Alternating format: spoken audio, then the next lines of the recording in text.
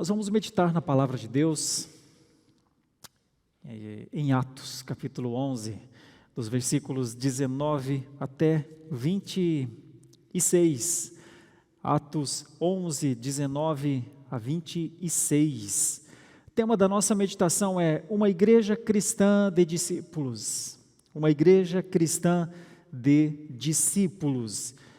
Pretendo enfatizar três verbos ou três ações de uma igreja cristã de discípulos. Primeiro, ela alcança, através do anúncio ela alcança.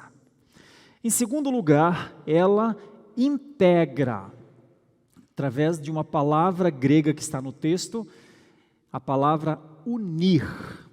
Então ela alcança, ela integra e, por fim, ela ensina, através do termo que está aí no texto mesmo, a palavra ensinar.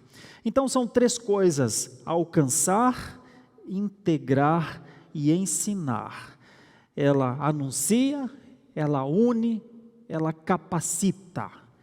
Vamos pensar a partir destas ideias sobre esse tema, uma igreja cristã de discípulos. O texto já está na sua tela, nós leremos.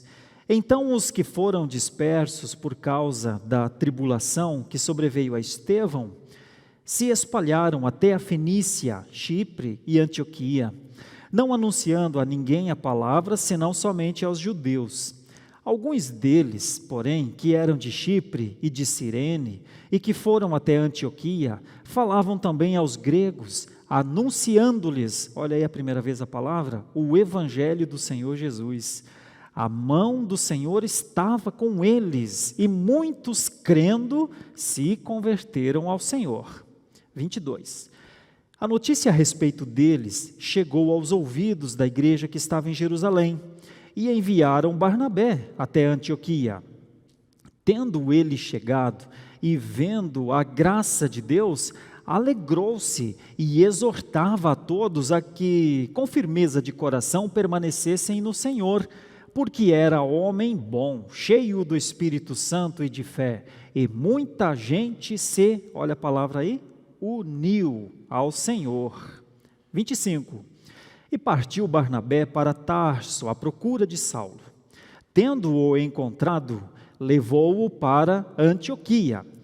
E por todo um ano se reuniram naquela igreja e, mais uma palavra importante, ensinaram numerosa multidão. Em Antioquia foram os discípulos pela primeira vez chamados cristãos. Uma igreja cristã de discípulos. Esse é o nosso tema nessa noite, para celebrar este aniversário tão importante da Igreja Presbiteriana da Lapa. Também celebramos o aniversário da Igreja Presbiteriana do Brasil. O agosto é um mês muito importante. Eu lembro, eu era um jovenzinho ainda, quando cheguei à Igreja da Lapa pela primeira vez. Eu estava no seminário, estava tentando me lembrar se foi o ano 98 ou o ano 99. 98 ou 99. O fato é que a Igreja da Lapa estava comemorando, se foi 98, então 74 anos. Se foi 99, então ela estava comemorando 75 anos de vida. Eu me lembro quando cheguei aqui, junto com o meu irmão e outros seminaristas, porque o Leandro, meu irmão, era seminarista da Lapa nessa época. E eu me lembro daquela noite. Me lembro que o coral estava deste lado, a igreja estava cheia. Nós não encontramos lugar para sentar, então até tentamos subir a galeria, mas por algum motivo, eu imagino que também estivesse tão cheia, nós nem conseguimos chegar até a galeria. E eu me lembro, eu fiquei admirado com a arquitetura da igreja, esse conjunto de cores tão bonitas. Jamais imaginaria, certamente não estava na minha leitura, até mesmo da vida, né? um dia servir a esta igreja e aos irmãos como pastor. São coisas que Deus faz e que nos surpreendem muito. Uma igreja sempre surpreende. A mim, naquele dia, como disse lá com os meus 28, um jovenzinho de 28, 29 anos, nenhum cabelo branco ainda, e todos nós estávamos aqui felizes, celebrando. Acho que nem o reverendo Jorge tinha cabelo branco naquela época, até porque devia ser o primeiro ano dele aqui. E nós fomos muito bem recebidos, e voltamos de metrô, nós morávamos lá no Campo Belo, né? Agradecendo a Deus por aquela noite tão bonita, canções maravilhosas, pregação da palavra de Deus, impressionados mesmo. Bom, eu já tive isso em outros lugares também, tive o privilégio de celebrar 120 anos da Igreja Presbiteriana de Guarapuava, no Paraná. Eu era o pastor dessa igreja. Na época, o reverendo Roberto Brasileiro, presidente da nossa igreja, esteve lá expondo a palavra. E nós também estávamos com a igreja cheíssima. Se tiver alguém de Guarapuava nos acompanhando, deve lembrar, estávamos com os corais da cidade. Realmente não cabia mais ninguém naquela igreja naquela noite. E estávamos todos tão felizes, porque não é todo dia que se celebra 120 anos de uma igreja, não é? Muitas das nossas igrejas pelo Brasil afora estão comemorando, celebrando demais. Eu tive esse privilégio também de celebrar aniversário em outras igrejas que pastoreei, na verdade em todas as igrejas. Esta é a 6ª igreja que Deus permite que eu sirva. Foi no Cristo Rei, foi na Central de Guarapuava, foi na Metropolitana de Porto Alegre, foi na Igreja Presbiteriana do Morumbi, que ajudei a plantar como seminarista, e também em Santo Amaro, por 7 anos, e agora aqui. O que é uma igreja cristã de discípulos que tem em si uma ação que impressiona o mundo? Nós comemoramos aniversário. Um aniversário é um momento muito importante, mas ele é a ponta de um iceberg, porque todo o trabalho é feito no dia a dia, no dia a dia. Houve um dia a dia aqui para a igreja em Antioquia também. Nós percebemos no começo aqui dos versículos 19 até o versículo 21, como isso aconteceu. A palavra espalharam-se até a Fenícia, que está aqui no versículo 19, tem o sentido de atravessar. Na verdade, eles atravessaram forçados, por conta da dispersão. Por causa da tribulação que sobreveio a Estevão, a igreja teve de ir para muitos lugares, e ela foi. Nós temos Filipe anunciando aos samaritanos, no começo aqui de Atos, né? Nós temos depois disso, Filipe que chegou em Samaria, em Atos capítulo 8, Pedro e João desceram para lá também. Nós temos Filipe que evangelizou o eunuco no caminho, né? Do sul, lá, o homem que trabalhava para a rainha de Candace, e nós temos muitas coisas acontecendo nessa época, inclusive a igreja crescendo em muitos lugares. Nós temos o momento de Pedro na casa de Cornélio. É muito interessante o testemunho de Pedro. Ele disse, quando ele foi arguído: Pedro, como assim, Pedro? Na casa de um gentil, um romano, Pedro? E Pedro coça a cabeça e diz: é que Deus está fazendo uma obra com os gentios também. Aí eles não coçam a cabeça, eles põem as 2 mãos na cabeça e dizem: não é possível. Mas era. Bom, foi em Samaria, foi em Cesareia, e a palavra de Deus segue se espalhando, atravessando fronteiras. Eles vão a Fenícia, eles vão a Chipre, eles vão a Antioquia. Bom, o que é Antioquia? Antioquia é nada menos do que a 3ª maior cidade da época, atrás provavelmente de Roma e Alexandria somente. Mas Antioquia tem uma característica, quem nos conta isso é Barclay. Ele fala algumas coisas aqui de Antioquia que não são assim exatamente muito boas, mas para a gente entender como é a igreja atravessando fronteiras para testemunhar, né? Era uma bela e cosmopolita cidade. mas era sinônimo de imoralidade e de luxúria. Era famosa por suas carreiras de carros e por uma busca deliberada do prazer que se desenvolvia literalmente dia e noite. É Barclay que conta. Em termos modernos, podemos descrevê-los como um povo de uma cidade enlouquecida pelo jogo, apostas e vida noturna. Mas acima de tudo, ela era famosa por uma outra coisa, por uma espécie de deusa chamada Daphne, cujo templo estava a uns 8 quilômetros mais ou menos da cidade, nos chamados Bosques dos Louros. E por quê? A lenda diz que Daphne era uma jovem mortal que Apolo, aquele deus grego, da mítica grega, havia se apaixonado. Mitologia na época, Então Apolo a persegue e, para se salvar de Apolo, ela se converte em uma planta de louro. E veja o que isso resultou. As sacerdotisas do templo de Daphne eram prostitutas sagradas. E todas as noites, nestes bosques de louro, se reiniciava a perseguição das sacerdotisas por parte dos adeptos. Então era uma cidade que a fama era, vamos dizer assim, não das melhores.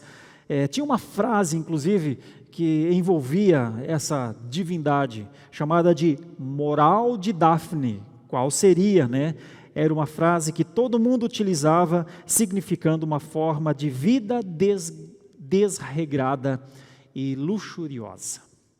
Isso era Antioquia.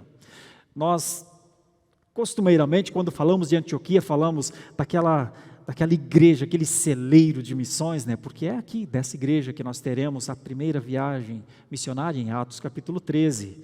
Mas nós não podemos falar da igreja de Antioquia sem antes dar uma panorâmica sobre essa cidade. Cidade portuária, cidade altamente perigosa, Incrível, na verdade, é na pior cidade, talvez ali da região, pelo menos no âmbito moral, que o cristianismo se torna o que se tornou.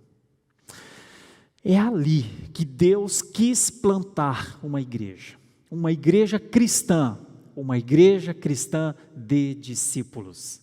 E como essa igreja começa a trabalhar? Primeiramente, ela começa a anunciar aos judeus.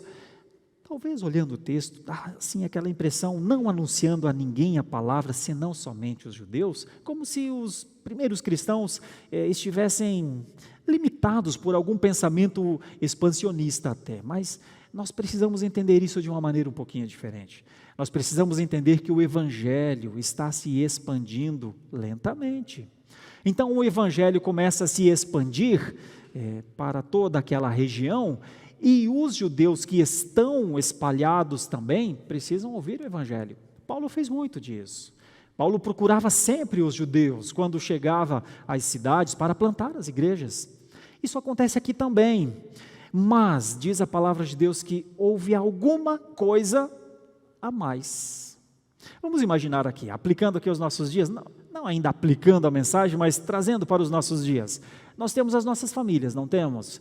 É ou não é preocupação falar aos nossos filhos? Sem dúvida que é. Então é mais ou menos assim.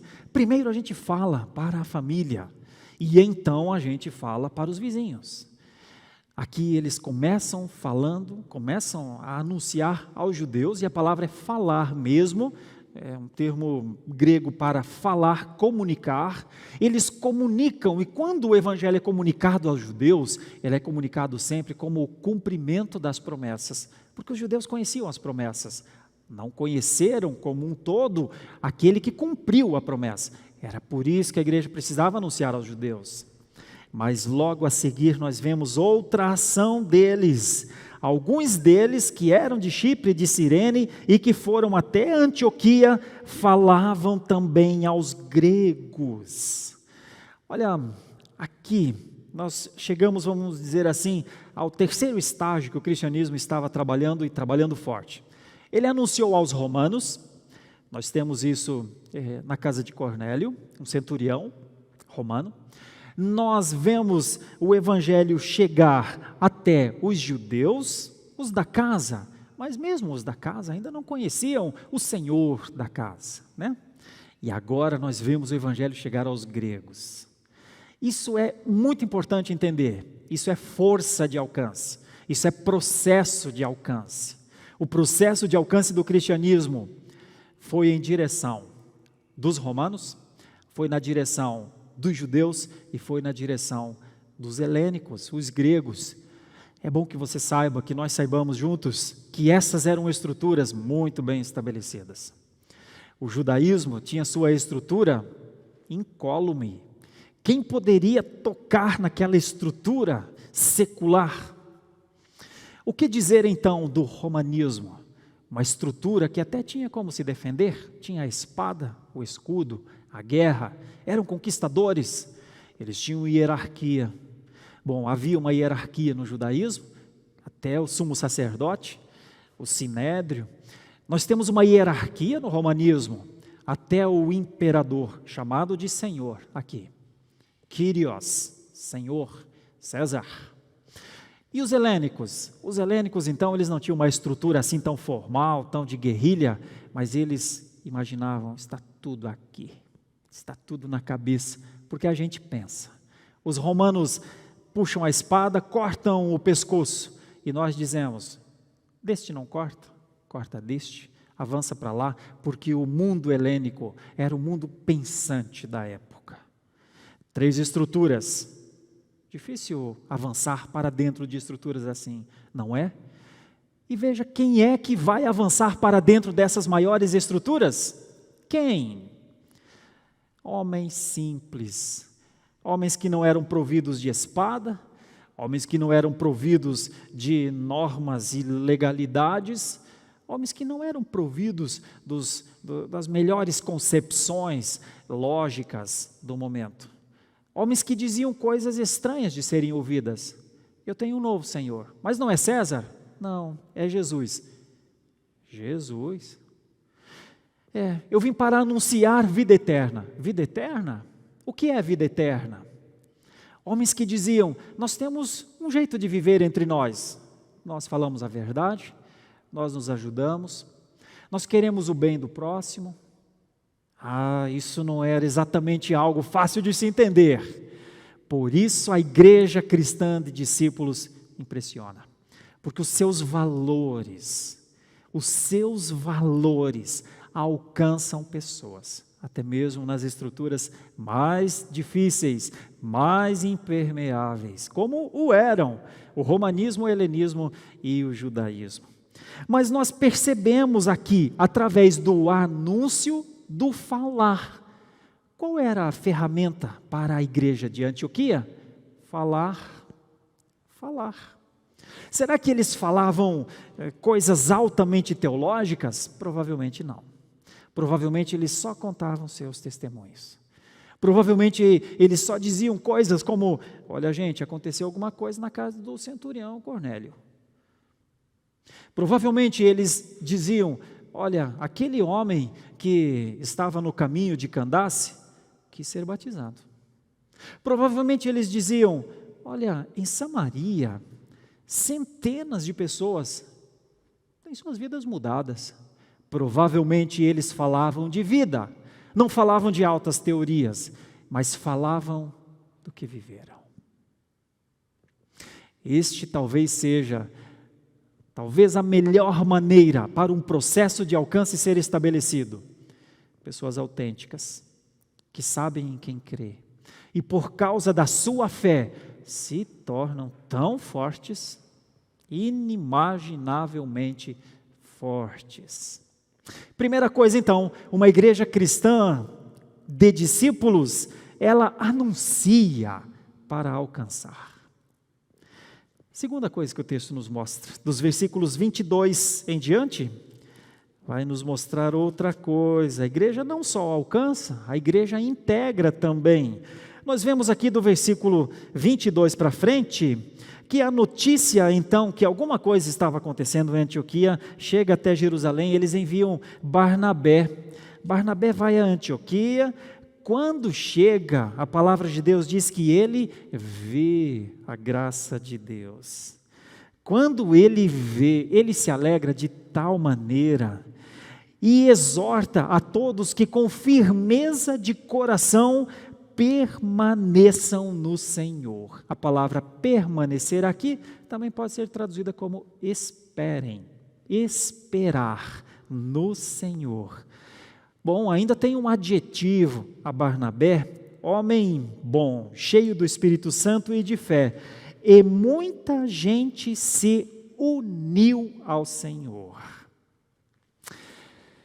Calvino fala que, trabalhando em outro texto, trabalhando no Pai Nosso, na oração do Pai Nosso, na oração dominical, quando está escrito lá, venha o teu reino, Calvino diz assim: esta aqui é a minha oração, que o Senhor una a si as igrejas, e as unifique de tal maneira, que elas adorem ao Senhor, que da maneira como elas adoram ao Senhor, surja o seu testemunho. Outras pessoas olharão e dirão: como eles adoram, eles são do Senhor, e então as pessoas são evangelizadas pela maneira como a igreja adora ao Senhor.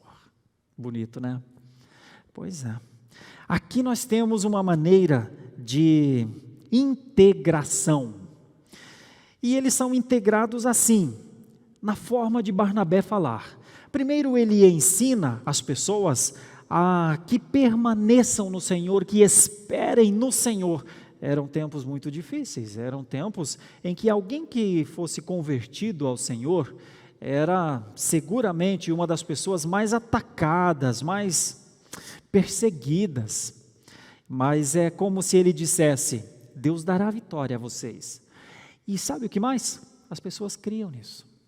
As pessoas creram que, a despeito de ter um romanismo de guerra, um helenismo intelectual e um judaísmo de leis, elas poderiam ser livres, elas poderiam ser unidas ao Senhor.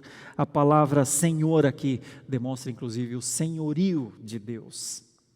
Então nós temos duas coisas já aqui na passagem: uma igreja cristã de discípulos. Primeiro, ela anuncia para alcançar, depois ela integra, ela une. E depois nós vemos a terceira parte do texto, bonita também. Acompanhe comigo, dos versículos 26 em diante, versículo 25 e 26, né?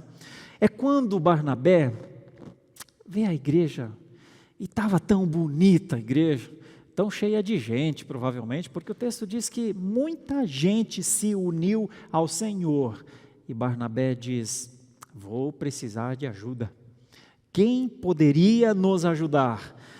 Em uma passagem anterior, nós temos um momento em que um homem, depois de fazer um trabalho interessante em Jerusalém, é dito dele o seguinte: tendo, porém, isto chegado ao conhecimento dos irmãos, levaram-no até Cesareia e dali o enviaram para Tarso. Quem era esse? Era Saulo. Saulo, que ao ser convertido lá no caminho de Damasco, prega em Damasco, mas a sua pregação é uma pregação muito ardida, muito cortante, e despertou naqueles que ouviam a pregação, principalmente os helenistas, despertou nos helenistas um ódio tão grande que eles quiseram matar Paulo. Seria um ministério muito curto, não estava nos planos de Deus. Então Deus providencia isso, eles salvam Saulo da morte e encaminham a Damasco, a Tarso, e ele fica uns 8 ou 9 anos lá em Tarso. Barnabé se lembra dele. Deve ter sido muito impactante, muito impressionante o ministério de Saulo no comecinho, né? Barnabé quer trazê-lo de volta. E traz. E olha o que acontece no versículo 26. A palavra de Deus diz que Barnabé encontrou Saulo, levou-o para Antioquia. Eu fico imaginando como foi essa viagem, porque é voltar para o olho do furacão, é voltar para aquela região, é voltar para aquele lugar de gregos, de romanos e de judeus. E como fazer isso? Vem a terceira parte da nossa meditação. por todo um ano se reuniram naquela igreja. Olha, então já temos uma ideia aqui que a igreja já estava formada, né? Tinha muita gente, onde tem muita gente, tem uma igreja. Ensinaram numerosa multidão. Aqui a gente faz um paralelo, nós temos um grupo de pessoas que chega para anunciar, nós temos muita gente unida, na segunda ideia da nossa meditação, mas agora nós estamos falando de numerosa multidão.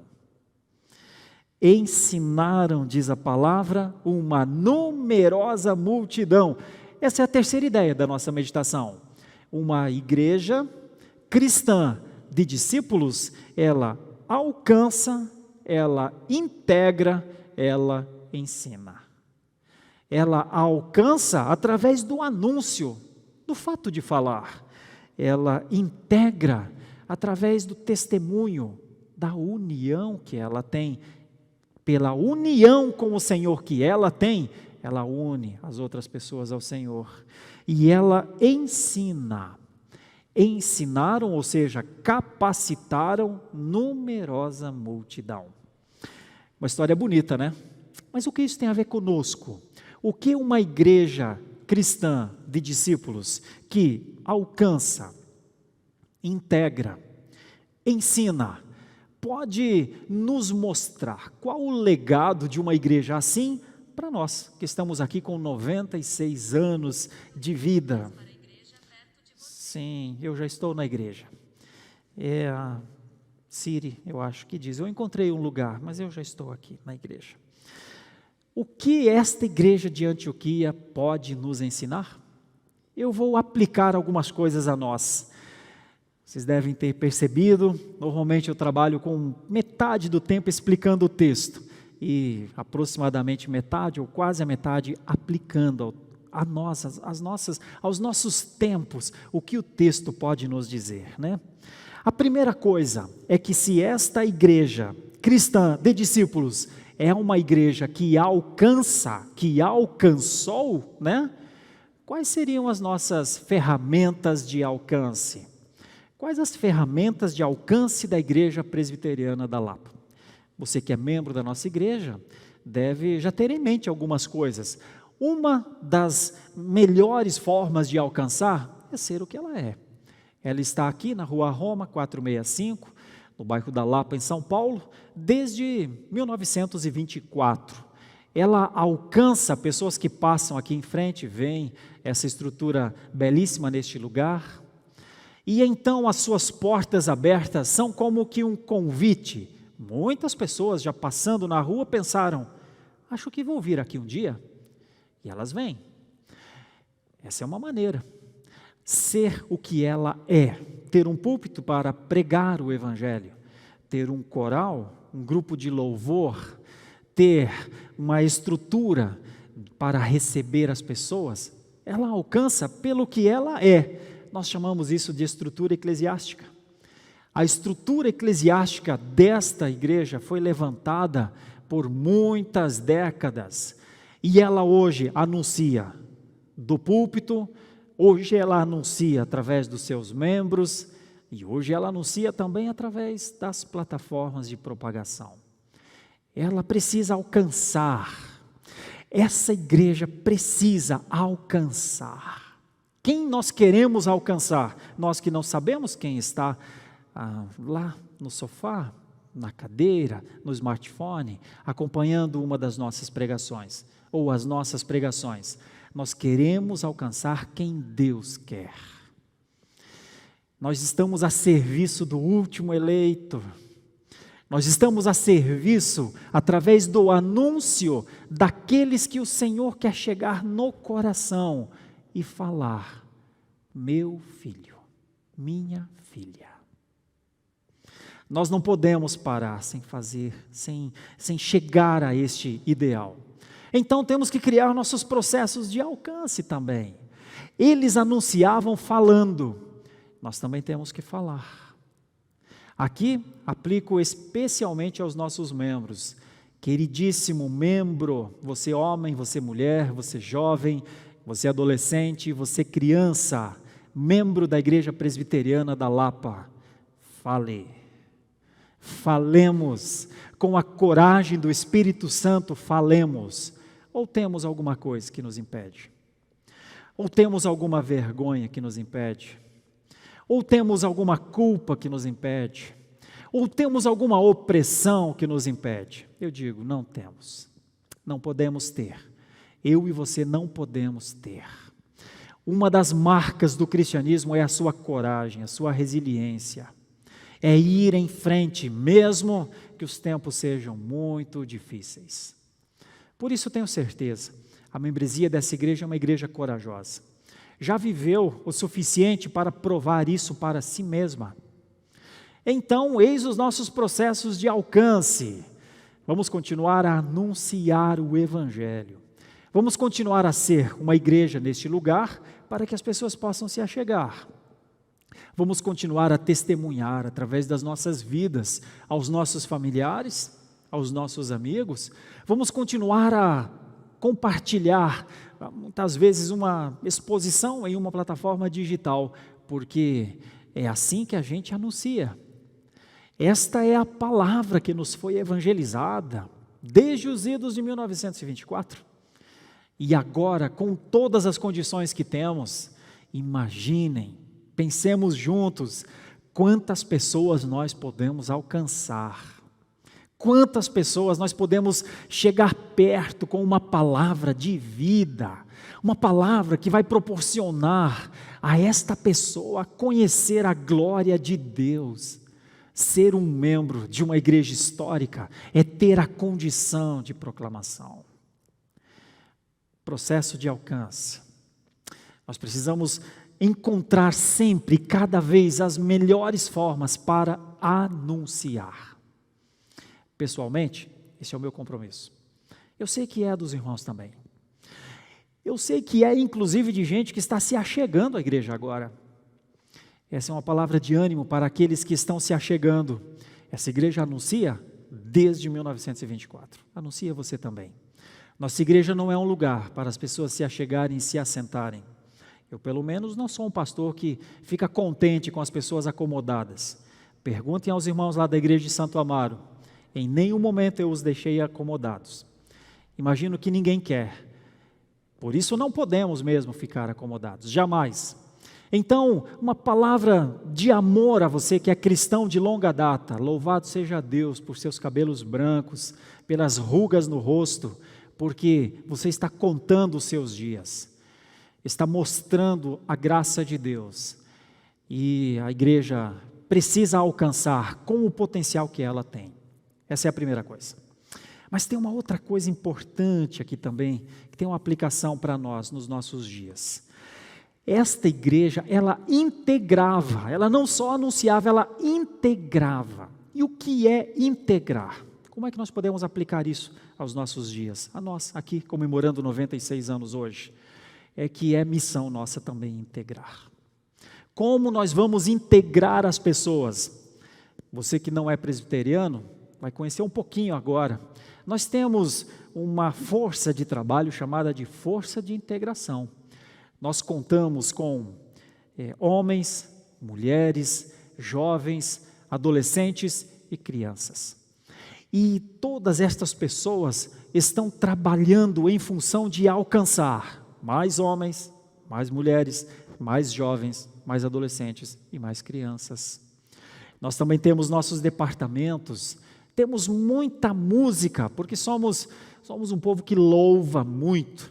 Temos alguns corais aqui, temos grupos de louvor, temos solistas. Hoje pela manhã, o reverendo Gilberto fez um solo, e nós temos cada solista bom aqui. São maneiras de integrar. Quando você chegar por essas portas, se você quiser, se o Senhor Deus lhe trouxer, você será recebido por nossos diáconos lá na entrada já. Você será recebido por nossos irmãos da integração, que vão te convidar a se assentar aqui para adorar conosco, seja aqui, seja na galeria, mas certamente eles também vão te convidar para participar de um dos nossos pequenos grupos, porque nós queremos levar você para dentro das nossas casas, nós queremos conviver com você, nós queremos um tipo de unidade que te leve a unir-se ao Senhor. Então a integração é fundamental, porque nós não queremos só anunciar, nós queremos ter você. Bom, isso é o que é uma igreja, é o que era a igreja de Antioquia. Foi por isso que Barnabé percebeu, tem muita gente aqui que o Senhor quer para ele. Como é que nós vamos integrar essas pessoas? Quando você chegar à nossa igreja, você perceberá um culto que não será para você. Nós não fazemos cultos para as pessoas, não é culto para elevar a sua autoestima, não é culto para te colocar para cima. Você tem bons psicólogos para isso, você tem amigos para isso, e você pode contar com nossa amizade para isso, mas o culto não serve para isso. O culto é para Ele, o Criador dessa igreja, aquele que enviou o seu Filho para morrer em nosso lugar. Esse culto é para celebrar o nome dEle, porque esta é uma igreja cristã neste lugar. Então você é convidado a vir para cá para adorar. Não é para você achar o culto bom ou o culto ruim. Não existe culto bom ou culto ruim. Existe um culto que é para Deus ou que não é para Deus. Nós estamos comprometidos com o culto ao Senhor. Se você quiser adorar ao Senhor, eis um lugar. Queremos integrar você. Você é muito bem-vindo, desde que compreenda isso. Você é convidado a participar de um culto de adoração. E então, na adoração ao Senhor, nós esperamos que Deus se agrade dos teus atos. Você pode ser integrado, nós queremos lhe integrar, mas da maneira certa. Se você quiser conhecer uma igreja histórica de 96 anos, você vai perceber que essa igreja é mantida pela fidelidade dos irmãos. Então, se você quiser vir para uma igreja como esta e não quiser exercer a fidelidade, provavelmente você resistirá à integração. Porque é assim que essas pessoas vivem. Elas vivem há 96 anos assim, os primeiros que chegaram aqui, os seus filhos, os seus netos. As pessoas educam, as famílias educam os seus filhos assim, no caminho de fidelidade ao Senhor. Mas tem uma terceira coisa, além da integração, que pode ser aplicada a nós, muito importante também. A igreja lá de Antioquia, ela tinha alcance, integração e ensino. E aqui nós chegamos em uma das partes que nós mais gostamos na nossa igreja, ensino. A palavra didática, né? Aqui é didasco, uma palavra grega, mas a palavra didática é muito cara para nós. O ensino é aquele que, tijolinho após tijolinho, vai consolidando e vai levantando uma estrutura. É o ensino seguro das Escrituras que foi executado por Jesus. Percorrendo Jesus todas as cidades, ensinando nas sinagogas, diz o texto. O ensino nessa igreja se dá de muitas maneiras, através do púlpito, obviamente, mas a ênfase do púlpito é pregação, é pregar o evangelho do reino, é dizer, você precisa entregar a sua vida ao Senhor Jesus Cristo, é dizer, há um Senhor que você precisa se dobrar, é dizer, abandona a idolatria, é dizer, só há um caminho, se você está desviado desse caminho, volta para o caminho. Isso é pregação, é falar do reino, o reino que nós cremos, o reino eterno que foi trazido pelo Senhor Jesus Cristo. Nós já estamos com o pé nesse reino, mas o que tem pela frente nos anima ao segundo passo. Isso é pregação, é paixão, é brilho nos olhos, porque quem prega, prega o que crê.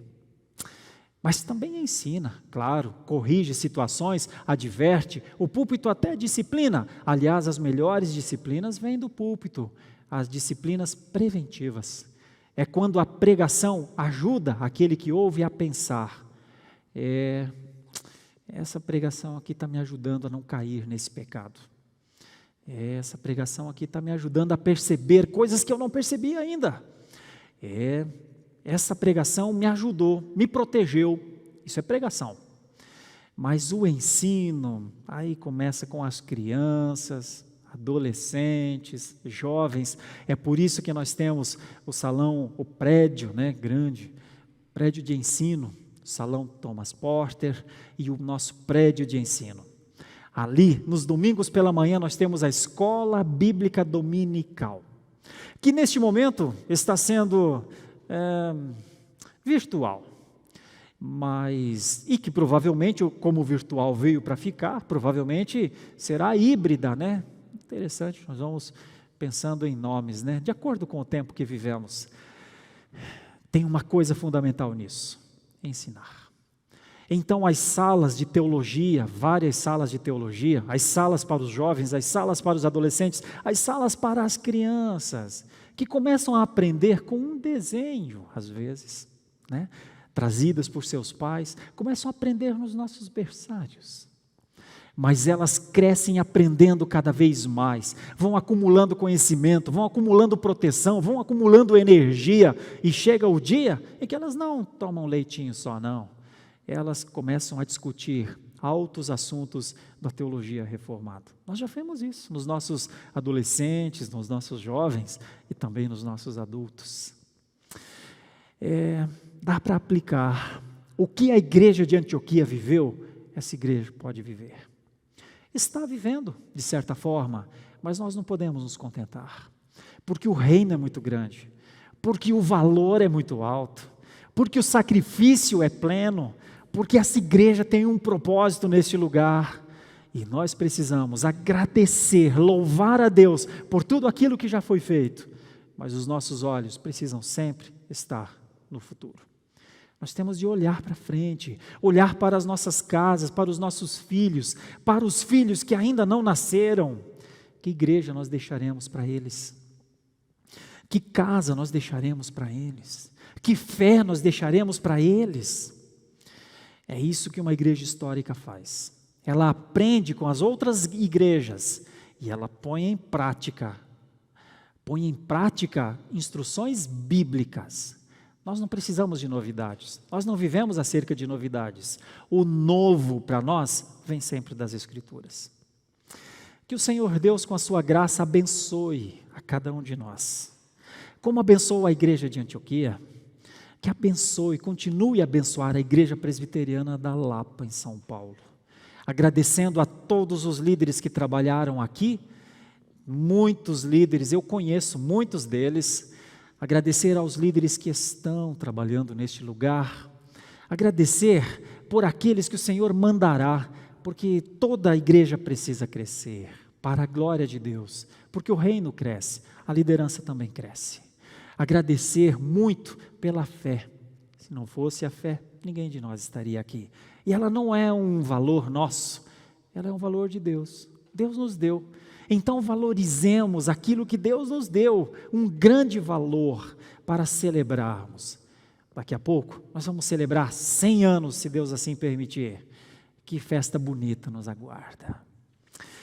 Hoje 96, amanhã 97, 98, 99 e então 100 anos. Minha oração é que eu e você tenhamos uma fé ainda mais forte e lá naquele dia possamos celebrar como um testemunho vivo a esta cidade que até aqui nos ajudou, o Senhor. Que o Senhor seja engrandecido. Só Ele, que somente Ele e que sempre Ele seja engrandecido pela existência da nossa igreja neste lugar.